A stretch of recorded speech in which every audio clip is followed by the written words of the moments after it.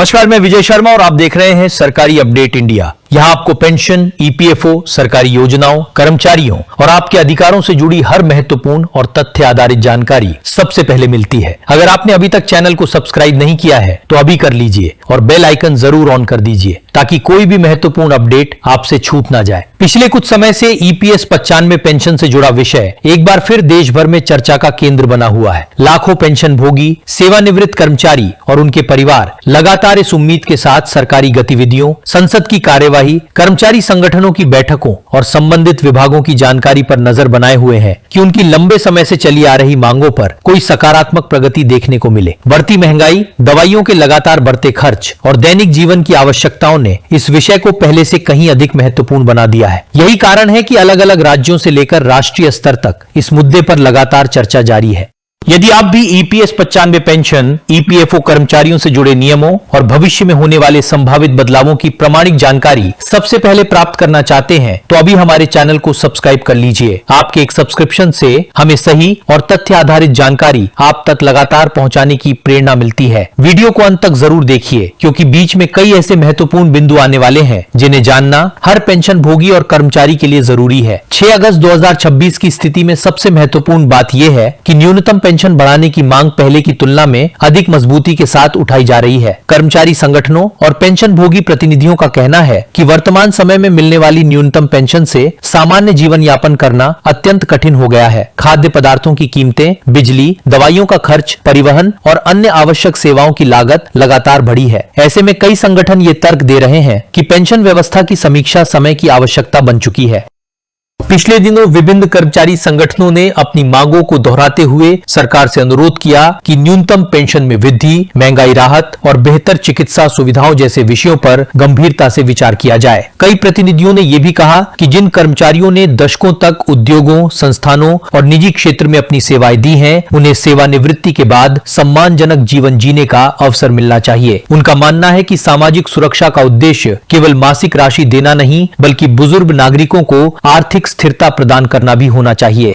हाल के दिनों में सोशल मीडिया पर कई प्रकार के संदेश तेजी से साझा किए गए। कुछ पोस्ट में दावा किया गया कि न्यूनतम पेंशन बढ़ाने का अंतिम निर्णय हो चुका है। वहीं कुछ संदेशों में यह भी कहा गया कि महंगाई भत्ता तुरंत लागू कर दिया गया है। लेकिन ऐसी किसी भी जानकारी पर विश्वास करने से पहले आधिकारिक स्रोतों की पुष्टि करना आवश्यक है। जब तक संबंधित मंत्रालय, ईपीएफओ या भारत सरकार की ओर से कोई औपचारिक अधिसूचना जारी नहीं होती, तब तक किसी भी वायरल संदेश को अंतिम निर्णय नहीं माना जा सकता। इसलिए प्रत्येक पेंशन भोगी को सलाह दी जाती है कि वो केवल प्रामाणिक जानकारी पर ही भरोसा करे। अगर आप चाहते हैं कि ऐसी अफवाहों और वास्तविक जानकारी के बीच का अंतर आपको हमेशा सबसे पहले पता चलता रहे तो अभी चैनल को सब्सक्राइब कर लीजिए। हम लगातार कोशिश करते हैं कि आपके सामने वही जानकारी प्रस्तुत करें जिसकी पुष्टि उपलब्ध आधिकारिक तथ्यों और सार्वजनिक स्रोतों से की जा सके। आपका सहयोग हमें जिम्मेदारी के साथ काम करने की प्रेरणा देता है।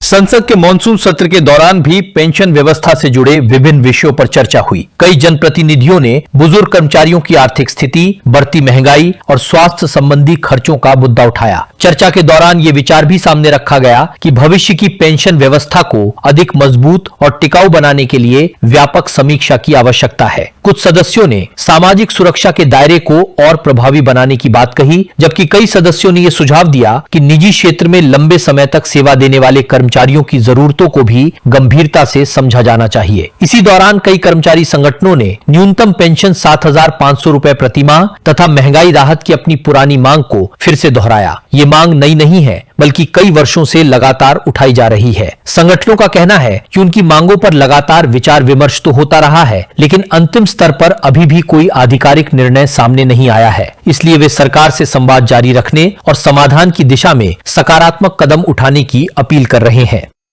आगे आने वाले भाग में हम विस्तार से चर्चा करेंगे कि 6 अगस्त 2026 तक कर्मचारी संगठनों की ताजा गतिविधियां क्या हैं, संसद में किन मुद्दों पर सबसे अधिक जोर दिया गया, चिकित्सा सुविधाओं और सामाजिक सुरक्षा को लेकर क्या सुझाव सामने आए। विशेषज्ञों की क्या राय है और आगे पेंशन भोगियों को किन बातों पर विशेष ध्यान देना चाहिए। वीडियो को अंत तक अवश्य देखिए, इसे अपने अन्य साथियों के साथ साझा कीजिए और यदि अभी तक आपने चैनल को सब्सक्राइब नहीं किया है तो जरूर कर लीजिए ताकि आने वाली हर महत्वपूर्ण अपडेट सबसे पहले आपको मिल सके। अब बात करते हैं उन प्रमुख मुद्दों की जिन पर कर्मचारी संगठनों और पेंशन भोगी प्रतिनिधियों ने हाल के दिनों में सबसे अधिक जोर दिया है। उनका कहना है कि EPS 95 योजना के अंतर्गत मिलने वाली वर्तमान न्यूनतम पेंशन आज की आर्थिक परिस्थितियों के अनुरूप नहीं रह गई है। वर्षों पहले निर्धारित की गई राशि उस समय की आवश्यकताओं को ध्यान में रखकर तय की गई थी, लेकिन समय के साथ महंगाई, स्वास्थ्य सेवाओं की लागत और दैनिक जीवन के खर्चों में लगातार वृद्धि हुई है। ऐसे में उनका मानना है कि पेंशन व्यवस्था की समय समय पर समीक्षा होना आवश्यक है ताकि वरिष्ठ नागरिक सम्मान पूर्वक अपना जीवन व्यतीत कर सकें।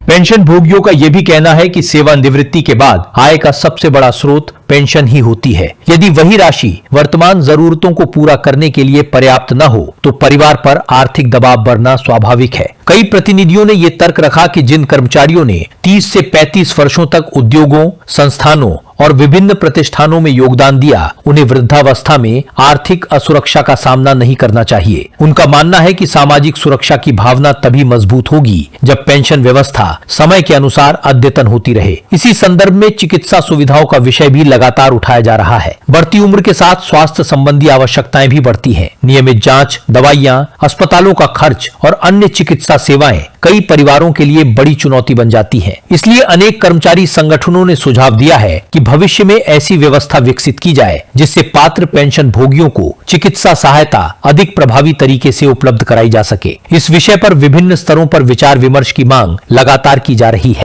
हाल के दिनों में कई स्थानों पर पेंशन भोगियों ने शांतिपूर्ण तरीके से अपनी मांगों को सरकार तक पहुंचाने का प्रयास किया। ज्ञापन सौंपे गए, प्रतिनिधि मंडलों ने संबंधित अधिकारियों से मुलाकात की और विभिन्न मंचों के माध्यम से अपनी समस्याओं को विस्तार से रखा। उनका कहना है कि उनका उद्देश्य टकराव नहीं बल्कि संवाद के माध्यम से समाधान प्राप्त करना है। यही कारण है कि वे लगातार सरकार और संबंधित विभागों से सकारात्मक चर्चा की अपेक्षा कर रहे हैं। इस बीच अनेक विशेषज्ञों ने भी अपनी राय व्यक्त की है। उनका कहना है कि किसी भी प्रकार का बड़ा निर्णय लेने से पहले सरकार को पेंशन फंड की स्थिति, वित्तीय संसाधनों, भविष्य की देनदारियों और आर्थिक प्रभाव का विस्तृत अध्ययन करना होगा। विशेषज्ञों का मानना है कि यदि कोई सुधार लागू किया जाता है तो वह ऐसा होना चाहिए जो वर्तमान पेंशन भोगियों को राहत देने के साथ साथ भविष्य में भी आर्थिक रूप से टिकाऊ साबित हो।